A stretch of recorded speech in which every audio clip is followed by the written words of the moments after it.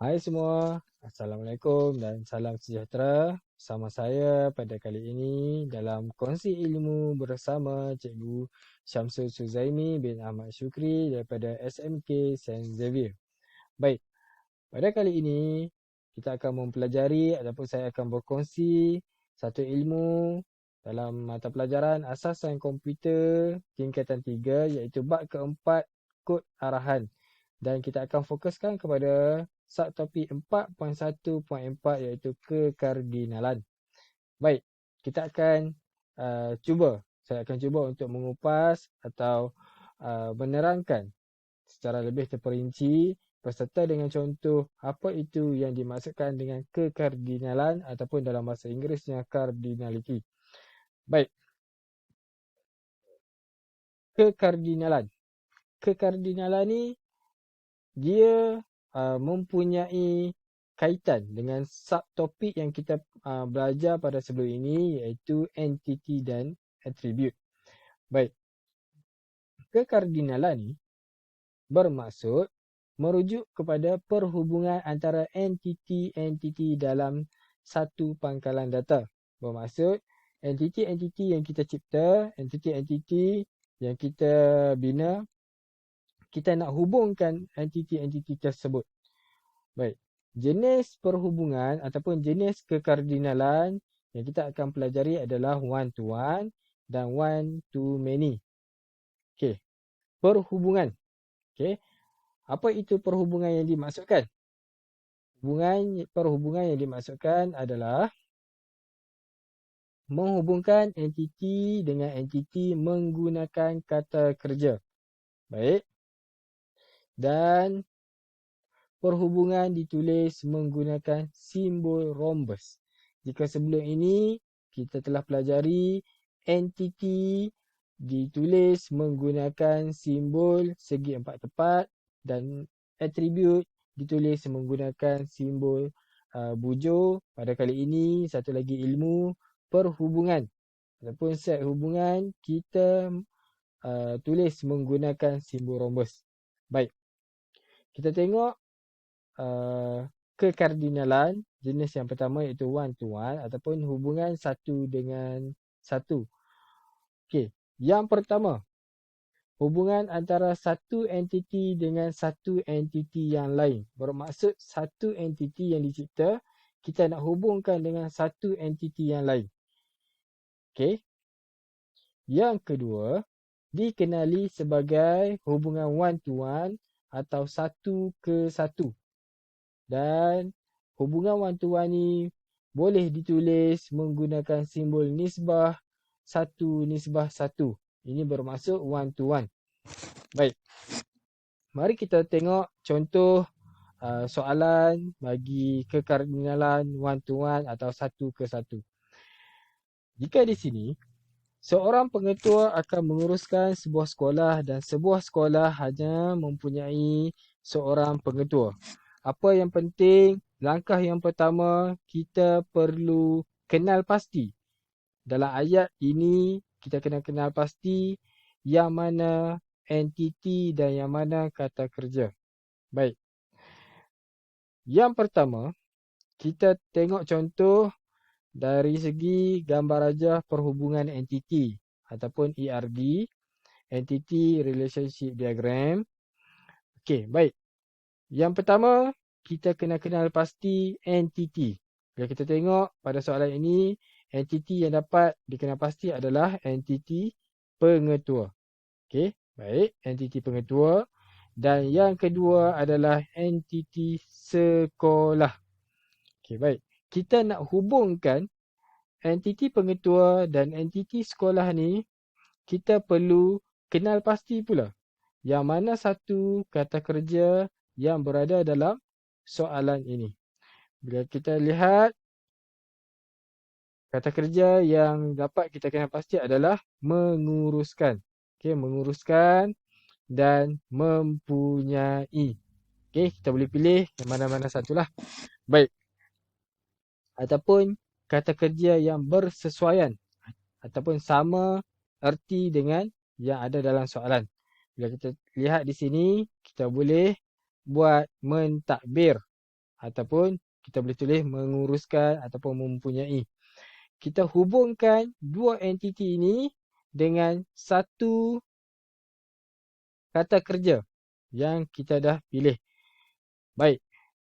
Yang penting simbol perlu tepat. Yang pertama simbol entiti segi empat tepat dan simbol rhombus bagi kata kerja. Kita hubungkan dia menggunakan garis yang lurus dan kita tulis kekardinalannya satu-satu. Bermaksud di sini seorang pengetua mentadbir satu sekolah ataupun satu sekolah ditadbir oleh satu pengetua. Okey, bermaksud mentadbir di sini sama maksud dengan menguruskan. So tak ada masalah jika kata kerja yang dipilih tu sama maksud ataupun tidak sama dengan yang ada pada soalan. Janji kata kerja tersebut adalah sama maksud. Baik, itu daripada gambar rajah perhubungan entiti ataupun ERD. Kita lihat pula contoh bagi pangkalan data hubungan. Ini contoh hubungan yang kita buat dalam pangkalan data, jadual pangkalan data. Baik, di sini kita ada dua jadual. Jadual yang pertama adalah pengetua. Entiti pengetua dengan atribut nombor pegawai, nama dan kod sekolah. Entiti yang kedua adalah sekolah dan atribut bagi entiti sekolah adalah kod sekolah, nombor pegawai, nama, bilangan guru dan bilangan murid. Baik, di sini kita nak menghubungkan pengetua dan sekolah. Jika kita lihat data di sini, okay, nombor pegawai adalah nombor pegawai pengetua tersebutlah.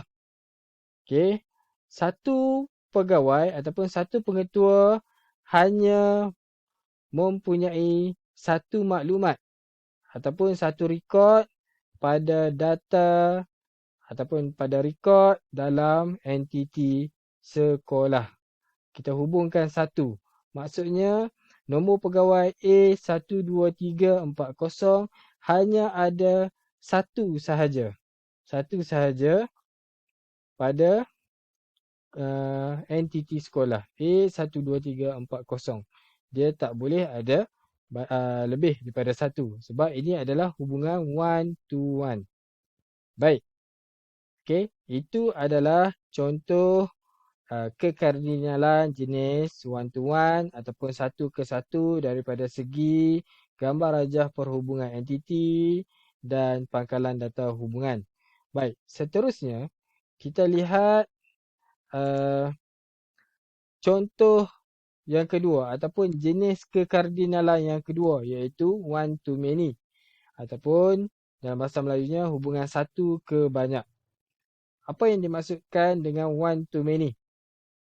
Baik, hubungan antara satu entiti dengan satu atau lebih entiti yang lain. Tadi satu entiti dengan satu entiti. Ini satu entiti dengan satu atau lebih. Maksudnya dia boleh banyak, lebih daripada satu. Yang kedua, dikenali sebagai hubungan one to many atau satu ke banyak. Okey, mana-mana pun kita boleh tulis. Dan ditulis menggunakan simbol nisbah. 1/m. Okey, 1/m. Baik. Ini contoh, kita lihat contoh soalan bagi jenis kekardinalan one to many ataupun satu ke banyak. Baik, seorang murid dapat meminjam banyak buku tetapi sebuah buku hanya boleh dipinjam oleh seorang murid sahaja. Kita lihat di sini. Seperti biasa, kita tengok contoh bagi gambar rajah perhubungan entiti. Langkah yang pertama, kita kena kenal pasti entiti yang ada pada soalan. Kita dapat kenal pasti entiti yang pertama adalah entiti murid dan entiti yang kedua adalah buku. Baik, kita nak hubungkan murid dengan buku. Kita tengok kata kerja di sini meminjam dan dipinjam. Okey. kita pilih perkataan meminjam. Okey. Dan kita hubungkan dua entiti dengan satu garis lurus.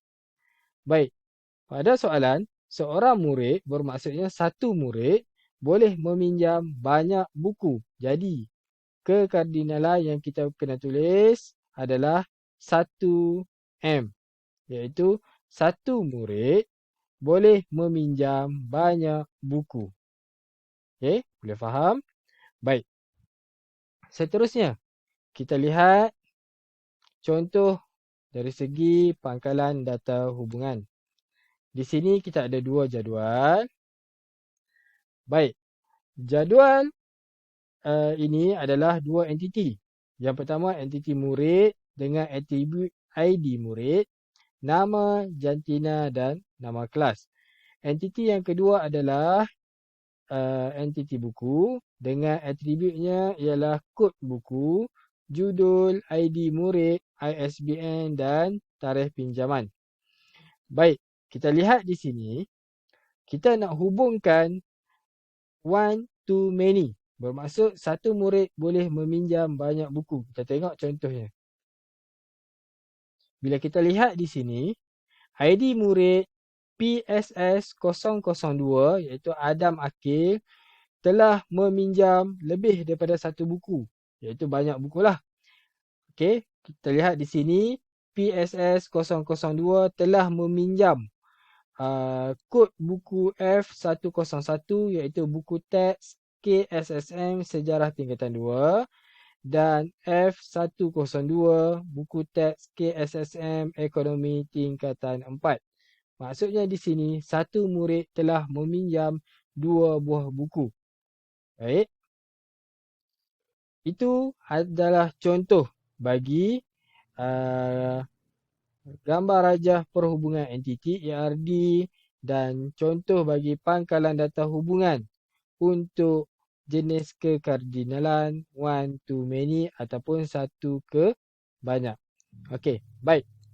Seterusnya kita lihat sedikit uji minda untuk menguji kefahaman anda berkaitan dengan jenis kekardinalan yang kita telah pelajari sebentar tadi. Baik. Tuliskan jenis kekardinalan dan lukiskan gambar rajah perhubungan bagi situasi berikut. Di sini dia suruh tuliskan jenis kekardinalan dan lukiskan gambar rajah perhubungan. Baik, soalan yang pertama adalah seorang warga negara mempunyai satu kad pengenalan sahaja. Yang kedua, seorang murid boleh mengambil satu atau lebih mata pelajaran di sekolah. Dan yang ketiga, seorang pesakit boleh dirawat oleh satu atau lebih doktor. Baik, mari kita lihat penyelesaian yang boleh kita buat. Yang pertama, bagi soalan yang pertama adalah seorang warga negara mempunyai satu kad pengenalan sahaja. Di sini apa yang penting? Yang pertama kita kena kenal pasti entiti yang ada pada soalan. Okey. Yang pertama adalah entiti yang kita dapat kenal pasti pada soalan ini adalah warga negara dan kad pengenalan. Dan yang kedua, kita kena kenal pasti dalam ayat tersebut yang manakah adalah kata kerja. Jadi, kata kerja bagi soalan yang ada pada soalan ini adalah mempunyai. Jadi, bila kita dah ada entiti dan kita dah ada kata kerja, kita boleh lukis gambar rajah perhubungan. Okey, kita lukis entiti yang pertama dan yang kedua iaitu warga negara dan kad pengenalan. Seterusnya, kita lukis simbol hubungan iaitu rhombus dan kita tulis kata kerja di dalamnya dan kita hubungkan dia menggunakan garis lurus. Dan di sini yang paling penting kita kenal pasti jenis kekardinalan apabila kita baca soalan tersebut iaitu seorang bermaksud satu. warga negara mempunyai satu. Bermaksud satu ke satu. Okey, ini adalah contoh jawapan. Dan kita pergi kepada soalan yang kedua. Seorang murid boleh mengambil satu atau lebih mata pelajaran di sekolah. Baik, kita tengok di sini. Dia entiti yang ada. Entiti yang pertama adalah murid dan mata pelajaran. Sekolah juga adalah entiti, boleh dijadikan entiti. Tetapi di sini lebih dominan adalah murid dan mata pelajaran. Okey, kata kerja. Mengambil. Di sini adalah mengambil. Jadi, kita hubungkan murid dan mata pelajaran dengan kata kerja mengambil. Okey. Kita baca kembali soalan. Seorang murid bermaksud satu murid boleh mengambil satu atau lebih. Maksudnya banyak. Bila satu dan banyak bermaksud hubungannya adalah 1M. Iaitu hubungan satu ke banyak ataupun one to many. Baik, soalan terakhir. Soalan ketiga untuk uji minda kita. Seorang pesakit boleh dirawat oleh satu atau lebih doktor. Okey, di sini entiti yang dapat kita kenal pasti adalah pesakit dan doktor. Dan kata kerja adalah dirawat. Jadi, gambar rajah perhubungan yang boleh kita lukis adalah, okey, ini entiti. Okey, dihubungkan oleh kata kerja dirawat. Kita hubungkan dia dan kita baca kembali soalan. Seorang pesakit bermaksud satu pesakit boleh dirawat oleh satu atau lebih. Satu atau lebih bermaksud banyak. Jadi hubungannya satu ke banyak ataupun one to many. Jadi ini adalah cara macam mana kita nak selesaikan soalan kekardinalan. Baik, saya harap dengan penerangan dan contoh yang diberikan, anda semua dapat mempelajari dan memahami berkaitan dengan topik pada kali ini. Jadi sekian saja untuk topik kekardinalan pada kali ini. Diharap ia sedikit sebanyak dapat membantu anda untuk memahami berkaitan topik ini. Semoga bermanfaat dan semoga berjumpa lagi untuk topik yang akan datang. Dan terima kasih kerana menonton. Bye-bye. Assalamualaikum.